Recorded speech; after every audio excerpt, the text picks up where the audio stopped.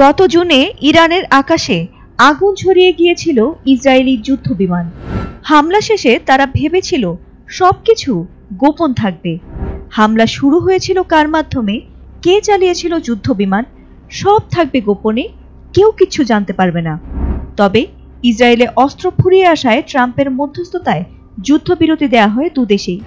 যদিও তেহরান তাতে মোটেই থেমেছিল না। চুপি চুপি নিঃশব্দে তারা চালিয়ে গেছে অনুসন্ধান। অবশেষে তারা আড়াল থেকে খুঁজে বের করেছে সেই মুখগুলোকে যারা ইরানের মাটিতে বোমা ফেলেছিল।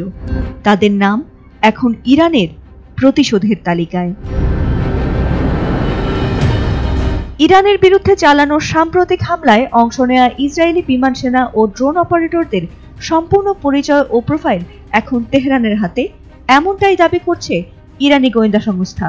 শনিবার রাষ্ট্রীয় টেলিভিশন ও বিভিন্ন সংবাদ মাধ্যমে জানানো হয়, জুন মাসে ইসরায়েলের অপ্রত্যাশিত হামলার জবাবে তারা এই তথ্য সংগ্রহ করেছে। এমনকি তাদের অতীত অপরাধ সংক্রান্ত তথ্যও রয়েছে গোয়েন্দা নথিতে।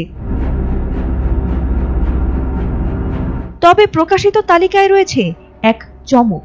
সেখানে উঠে এসেছে এক নারী মেজর ও তার স্বামীর নাম। সেই নারীর নাম ইয়েল্যাশ।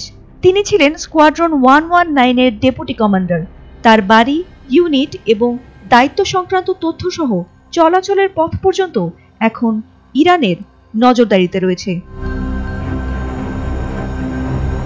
তেহরানের দাবি অনুযায়ী ইসরায়েলের মধ্যাঞ্চলীয় শহর ইয়েমেনে এক বিমান সেনার বাড়িতে তারা সরাসরি হামলা চালিয়েছে। ইসরায়েল এখন এই সেনাদের স্কুল সহ বেসামরিক স্থানে স্থানান্তরিত করছে, যাতে ইরানের পাল্টা আঘাতকে বেসামরিক স্থাপনায় হামলা হিসেবে উপস্থাপন করা যায়। তবে ইরান স্পষ্ট জানিয়েছে তারা এই কৌশল বুঝে ফেলেছে এবং ভবিষ্যতে তারা আরও সরাসরি প্রতিক্রিয়া দিতে প্রস্তুত। ইরান জানিয়েছে এই তথ্য ফাঁস কেবল একটি নমুনা মাত্র। সামনে আরও গোপন তথ্য প্রকাশ করা হবে।